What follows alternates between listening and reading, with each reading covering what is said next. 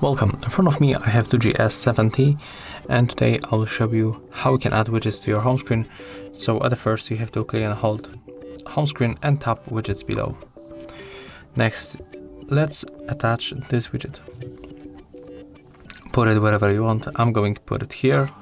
So release. When you tap on it once, you are open this application that is set up with this widget. When you click and hold it and then release, you are able to resize that widget. You can move that widget also between screens. And if you want to remove, click, hold, and then drag it in this place.